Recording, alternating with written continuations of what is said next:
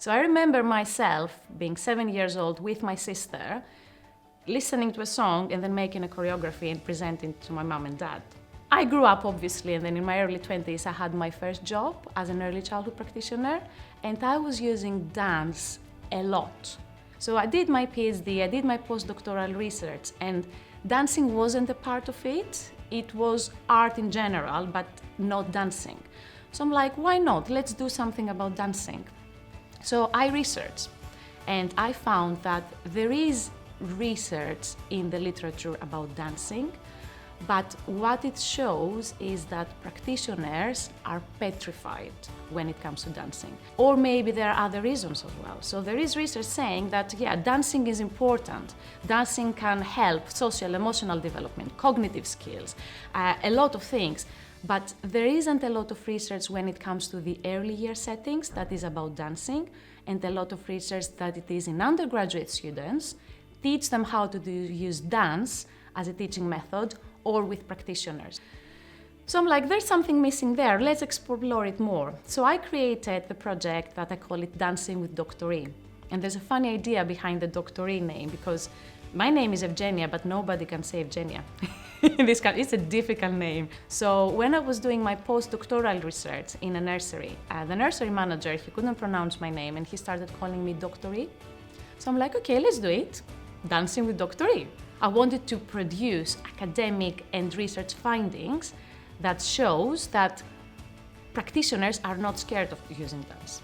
So the Dancing with Dr. E is as simple as this. We are following children to create a choreography on their own.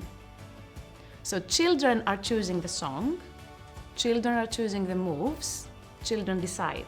And the moves could be like as silly as this: let's shake our hands, let's wiggle, let's look left and right. Because it was in an area that I was living, and they knew me as Dr. E, but they also knew me as a mom with my two boys. They were seeing me in the playground, pushing the buggy or like pushing the swing, and they were like, oh, Dr. E, hello, how are you? I want to do this song for Tuesday. I want to do this move. And they were starting dancing in the playground. It was amazing. So I'm like, okay, let's take it to the next level. Let's do something with my students. So I announced it to the students, and literally the list was like, I want to participate. I mean, it was filling up like so quickly. So this was the second project that I wanted to empower undergraduate students to use dance as a mean to their teaching when they will graduate. I had students with severe anxiety that they couldn't form a word, like raise their hand in the class and say, Evgenia, I have this question. But when it was Dancing with Dr. E, they danced their heart out and they were leaders. And it was so amazing. I mean, literally I have goosebumps when I'm talking about them. The first project that I did with local nurseries, the data collection methods, I had a semi-structured interview with the practitioners in the end. Which they share their feedback, their process, the procedure, and everything they have gone through the research throughout the 4 months that we were together. So we had like interviews about their professional development, so that was like one part, and then we had interviews about the impact that it had on the children and the impact that it had on their confidence and agency. The second part of the research that I did with the adults, with the undergraduate students at the University of East London, the data collection methods, there was a reflection. So at the end of every Dancing with Dr. E project, they had to complete a reflection. It wasn't long, it was like 4 to 5 questions that they have to write down anonymously how they felt, what they liked the most, what they're proud of, what do they need as a next step to improve. So that was the data collection of the second one. And for the third one, that we are engaging parents with the third funding, we have a questionnaire that the parents need to complete at the end of each session, which is both qualitative and quantitative data, you know. Give a score from 1 to 10, how much you like it, and then like explain why you gave this score, and then again reflection forms from the practitioners. I'm really proud of the progress that the children have made, the progress that practitioners have made. I found things that they were beyond of my hypothesis. Practitioners told me, I'm more mindful now. I know how to do my job. Not that I didn't know before, but I know now because I know what my children want. I know what they're interested in and I know how to engage them. And this was something that I wasn't expecting. I saw an impact in the Ofsted inspection because there was a school that it had needs improvement. By chance, I was like walking outside and I saw like the piece of paper, Ofsted is here. I'm like, can I talk to Ofsted? So I explained to them my project and they got an increase in their rating because of this. Practitioners also told me that there were children that, you know, when you have like a child that the mom drops them off and then pick them up and they stay in the same place. They said that no matter how much I tried to make them dance, they didn't. And when Dancing with Dr. E came, they were leaders. They started talking, they wanted to participate, they were leading the session, and it was amazing. I'm like, I wasn't expecting this to happen. There were also children that language was a barrier because they had special needs, because they were shy, because English was an additional language and, you know, they didn't know English. So they found dancing as a way to communicate with others. And then language came, English came, and they were like more vocal. Okay, so when I published my first 2 papers about the Dancing with Dr. E, so there was like a big success everywhere. I keep receiving emails from people that I don't know.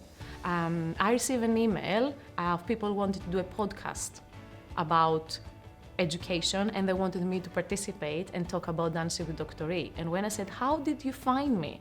I haven't done any podcast, I haven't done any TV series. I'm just an academic, you know, I present in conferences and on papers. And they said, oh yeah, I found you through your research.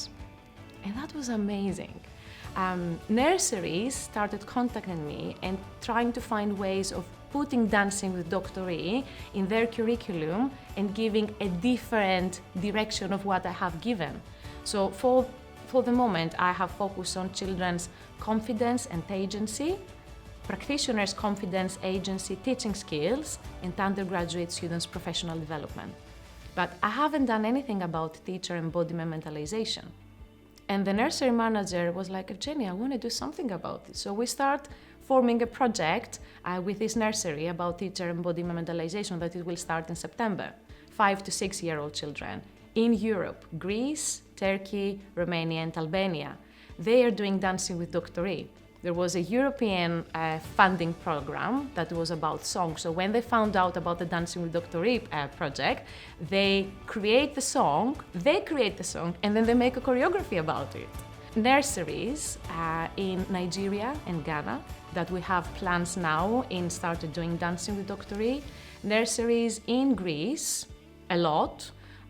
That they are implementing, and they want to take it further. They want to do a research project about children's involvement, children's engagement. They want to present it in the university there so they can influence other nurseries, they can influence academics. A few universities in Greece as well, they want to include it in their teaching methods, in their curriculum. And actually this morning I had a chat with my colleague in Abu Dhabi University and in Mexico. They're in different disciplines, they're not in early years, not in early childhood. But they said, oh, I found your project really, really exciting, really, really inspiring. I'm gonna communicate your project to the Department of Education and maybe they will be interested as well. So it started really, really small, and I'm really, really grateful for the Thamesmead Community Fund that they believe in my idea at the beginning, and they funded my project. And we did it like in a small community of Thamesmead, but now it has the potential to influence a big, big number of practitioners, professionals, students, and children all over the world. And you know, sky is the limit from right now.